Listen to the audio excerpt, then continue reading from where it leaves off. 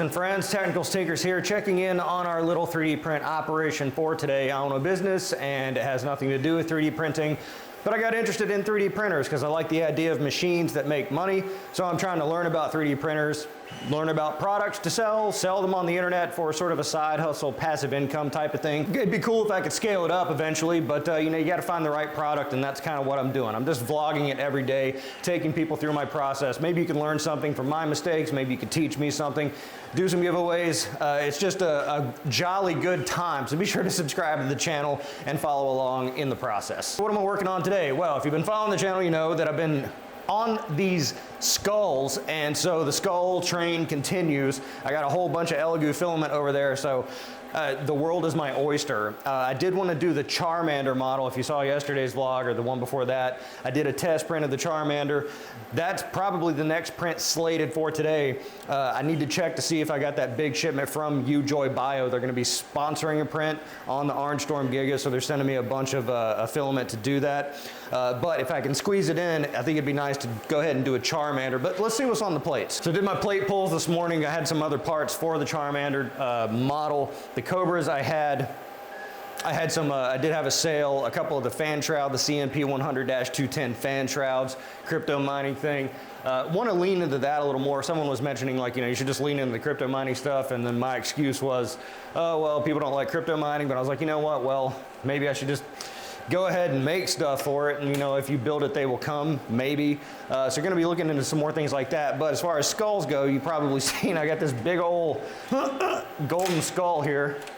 It's always a good idea to rip it off with like the plate just like that instead of very gingerly. So, big golden skull. Did it in the silk, the Sunloo silk, because I still got a whole bunch of that.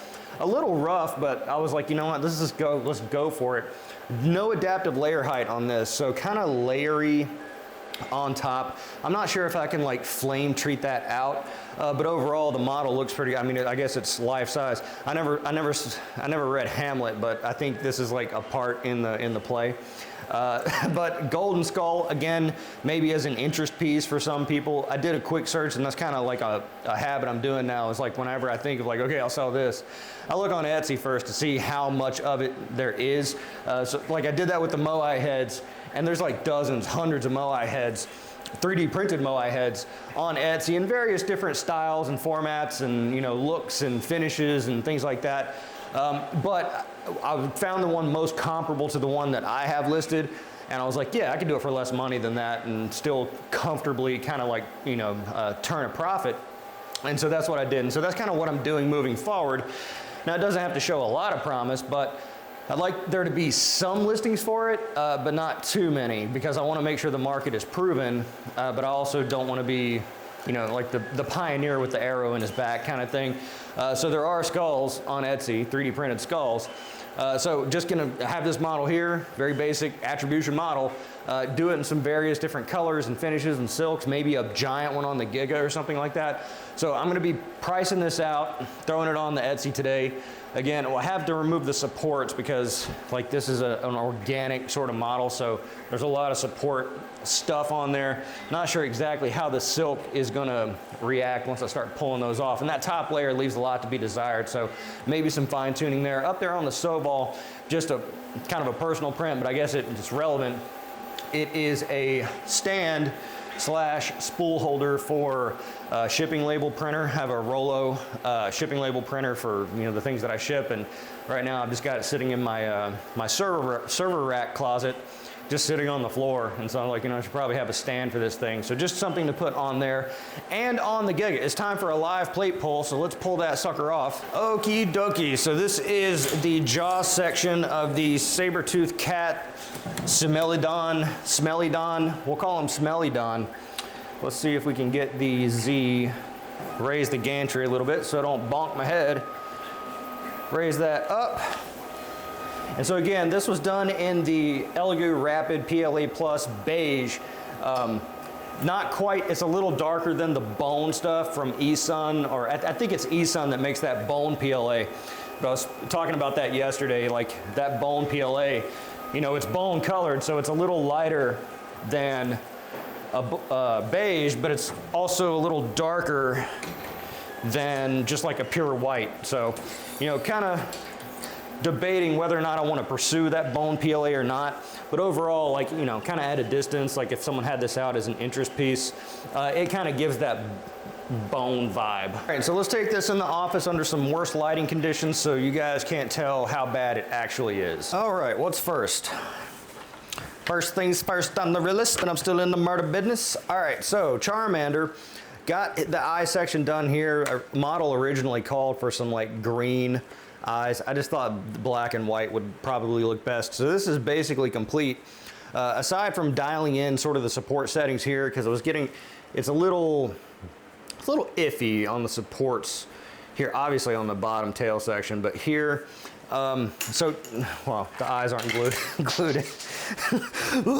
Raiders of the Lost Ark, anybody? I gotta dial in the settings there before I go and commit to the Giga. The good part is that if it, once it starts the print and it gets to the point where it's, you know, obviously not desirable or, you know, kind of like acceptable, I can kill the print without wasting too much filament. I thought I had ordered more 5 kilogram spools of that orange.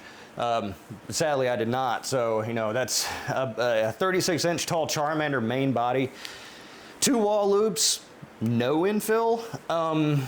I'm gonna guess it's like 2 kilos, or probably, well, 36 inch, probably closer to 3. So that's kind of pushing it. I'd like to have a little, you know, little something left in the chamber in case something goes wrong. So gonna be looking at that. I also might size the model. I've done this in the past with the other multi-part models like the guns and whatnot. Size the next biggest part based on the largest, second largest printer that I have. So like the Cobras are 420, 420. And so I could take, you know, like this part, the tail section is probably has to go on the Giga as well. But the other ones, you know, I could say like, well, this tail thing, you know, let's say that I size everything based on, I want to make sure I can do this little tail flame on a bamboo at 256. And so I put this in the bamboo and size it up as big as I can get it on the bamboo, and then derive whatever that percentage is, and then base the rest of the model around that instead of just going with the biggest part on the biggest printer. And then, like, you know, they'll say the tail section would just be barely too big to fit on a bamboo. Kind of makes sense in my mind to kind of see what all the parts are capable of doing, because it's like the tail section in silk, I probably want to do that on a bamboo versus any of the other printers, just to kind of like compartmentalize those exotic materials. The A1, someone was mentioning a while back about the glow in the dark filament is very abrasive. I had no idea. Should have done my research, but hey, that's why you watch, because I just dive in, I just do shit. So someone was saying it's hard on nozzles and you should probably replace it right after, and I haven't replaced it at all. I do have I believe I have a hardened nozzle, hardened steel nozzle that I can pop in on the A1, or maybe look into, you know, some of the other options there and just kind of reserve that printer. Like that printer is gonna be the one that I run exotic materials through. I guess the P1P would probably be better for that, since it has that pseudo somewhat enclosure, or I can somewhat enclose it. But anyway, that's kind of the process I'm gonna be looking at for the Charmander. Goal, I'm just gonna kind of go for it here. This is live support popping. You know, this is kind of a, you know, is there a subreddit for this? Are there people into this? Like, there's people that like watching like medical popping and stuff like that. There's got to be some kind of subreddit that gets off on watching supports being pulled off of things, because it is quite satisfying. And not a lot of thought work prior going into this. I just kind of threw it on the plate and did it at a 20% threshold organics. So you can kind of, like, obviously some areas a little rough, like, you know, where the support's contacted, but it's not as rough as I thought it would be. Now, there are some areas I think where supports actually failed, like here in the eye socket. I noticed during the print, one of them was kind of flopping over. But it was a very small area. So I guess, like, in the future, I go back into the model and just block supports there, because it doesn't seem like it really needed them. It's probably right on that line. Additionally, you know, kind of a benefit, I think, for organic models is that if you do have rough patches on it, it kind of looks like it's supposed to be there somewhat, because it's, you know, real gnarly in there. It's all bone. You know, it kind of masks that a little bit, I think. I think a lot of that would have to do with the finish as well. If you're running like a really dark colored, like a black, then that's going to show up obviously more than a lighter color like a white. Realized that when I painted my entire house black. When you paint the walls black, you see every single imperfection. Don't paint your walls black. It is pretty sick though. All right, and there it is. Alas, poor Yorick. Hey, got it right. Love that internet. So anyway, gonna take a look at this, kind of adjust the slicing. The silk on top with that adaptive layer height, I'm wondering how aggressive I have to be in order to smooth that out, because in my mind, no matter how fine of a layer height I get on top, there's still gonna be like a spot where it just kind of like is gonna be a different sort of sheen. So if you know about that, if you're familiar, if you're a silk maximalist, let me know in the comments if you can kind of know how to get around sort of some of that. But overall, pretty cool. Probably look good in a rainbow or you know, maybe marble or something like that, maybe real big. So again, you know, people like skulls for whatever reason, they want to be edgy and morbid or whatever. It'd be nice to offer that as well. All right, Sabertooth Cat, big section, came off the printer yesterday. The jaw section didn't take nearly as long. This one came out successful. The heavy layer lines, the heavy layer height rather, 0.7, obviously you can tell, but like at a distance, you really can't. And with a large model like that, I'm not sure, and again, I can't get into a customer's head or what they think or what they expect to get if they were looking for a completely smooth, ultra fine surface sort of thing. But I cannot imagine that they could get one of those unless it was a real one, or injection molded or something like that. And maybe they can. And inspect that, or if they have any expectations whatsoever, if they would just kind of say like, you know, oh, that's the way it's supposed to come. Because there's a lot of areas like, you know, you kind of see some gapping here. I mean, it's rough, especially here like along the top because it printed upside down. This is where the support's contacted. Now I took a torch to it initially to kind of smooth that out. That was a bit aggressive. I don't want to leave any burn marks on it. So maybe a heat gun, or maybe just leave it as is. Because again, no paint on here. And I think when you paint stuff that has surface imperfections, it just highlights the surface imperfections even more. But a light color like this, it kind of masks it somewhat, you know, less than, it's not perfect, certainly. You know, that's an understatement. But overall, like fusing the model, the teeth are in there nice and sturdy. Definitely impressive. It's bigger than what, it's oversized, I think. Because it seems to me like, you know, in popular media, saber-toothed cats, saber-toothed tigers were big. It seems like I remember as a kid, you know, going to the museum, they'd be real big, so I don't know. Jaw section here, I'm not exactly sure how it fits in or if that's something we leave alone. Probably here? No, more close, got it. All right, so it fits together nice, got the scaling right. Yeah, that's it. Be a nice little centerpiece or showpiece or faux piece for somebody, for some bored-rich housewife that thinks she knows how to interior decorate. We'll certainly find out. Hope so anyway.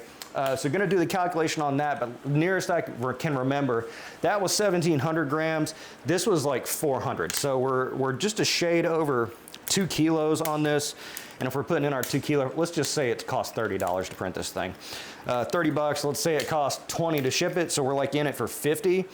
And how much of a rip do we want to take? Well, that's always the question, isn't it? And how much do we want, how many of these do we want to sell? Because, you know, we could sell them at cost and sell 10 a day, or we could sell them at, you know, Keystone and move it lower and just kind of not have to deal with it as much. You know, that's kind of the question. My initial thought for this, because the model seems stable, it doesn't seem like there's really any areas that are like questionable. Now, I did have those failures in the beginning, but that was due to really bed adhesion. So that's, you know, at least I know what the problem is there, but the model seems sound.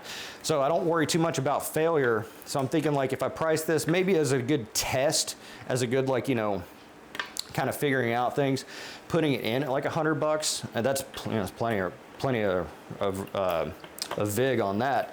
And then maybe, you know, there's like more people would be interested in a big oversized saber-toothed cat skull at $100, or even lower. You know, that $100 we could then, you know, put the sale on it and, you know, price it down to $80 or something like that, and, you know, take us a small rip on it, but, you know, at least start getting the sales in, because this will go on one of my new Etsy accounts, Design or Galleria 3D, versus my current one.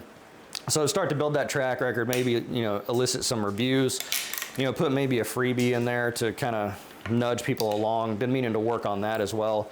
You know, trying to think about something that's like, you know, just a model that of something that anybody can use, like a jar opener or a whistle or parts tray or something like that, just to send along with these models, something that costs a lot to print, and have it embossed with something that says like, hey, leave me a good review because I gave you a free thing, and, you know, capitalize on that exuberance when they first get the package. So gonna be working on that today. Gonna be working on continuing to pull these supports off, maybe run a hot gun over it to try to see if I could smooth some of that out. And did a little extra work with the Algo laser. It's not, I didn't get it up and operating because it's more so what software to use. I'm kind of at that stage. I was watching some other creators that have this particular model, and they were kind of talking about it like, yeah, the device is fine, easy to set up. It's really when you get into the configuration, the troubleshooting, and what software to use. So it's really kind of like, what software do I want to commit to? Because this is kind of like going back to the whole CAD thing. It's like whatever software I choose is the one I'm likely to stick with, because I don't really like having to learn a new thing. It seems like a lot of people use Lightburn. That is paid software, and so unfortunately in that case, it's like I have to really commit to what sort of device I'm going to use, because I was originally connecting this to my phone, but I don't do anything on my phone. There are people that like edit videos and stuff like that on their phone. I don't know how you do that. I mean, maybe my eyesight's going bad, or I got big fat fingers or something like that, but I don't know how you're like editing on a phone. It's wild to me. So it's like, okay, well, do I want an app-based thing to use on my iPad, or do they even make the iPad version, or do I put it on a MacBook and then just run it all off my MacBook, but most of my stuff's on a PC, but then if I put it on the PC, then I gotta have a network, you know, I gotta network the thing or run a really long USB cord back to my server closet, and it's not sure I want to do that. I want to be able to keep it flexible and move it wherever I need to. So maybe it's put it on the MacBook or something like that in order to help facilitate it. But, you know, again, that's like more pieces and parts going through to set that up. But we'll be following that process. Additionally, the hideaway thing, let's go over here, land of make-believe. The hideaway thing that we were talking about here, I did build a stud wall, but I have no drywall. I could have swore I had a 4x8 sheet, but yesterday was Christmas, and can you believe it? Lowe's is not open on Christmas. Like, what is this world coming to? Oh, I want to spend time with my family. Open up, I gotta buy drywall.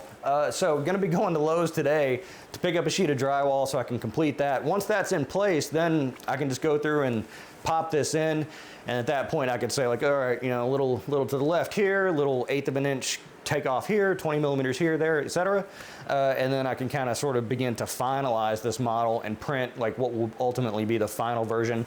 Thinking about doing it in PETG as well, just for the more rigidity, flexibility, heat tolerances, because I start to think people putting this in a cavity of their wall, at least one side of it's going to be exposed to a non-conditioned space. And so, you know, summer months, if it's hot, if they're putting it up against, you know, a basement or an attic or something like that, it could be exposed to more variances in temperature. And so I want to account for that if I possibly can. The model is very rigid, so I think still PETG is maybe a better play on that. Not sure about the settings of PETG on a 1mm nozzle on a Cobra 2 Max, so I have to go down that path too. If you have any tips or suggestions on that, let me know. But otherwise, hopefully get some movement on that today. So that's my lick for today. Love to know what you're working on in the comments below, or what you think about anything I got going on here. Be sure to subscribe to the channel, follow along in the process. Be sure to like the video because it's the nice thing to do, and subscribe for more content like this. I'm the Technicals. See you next time.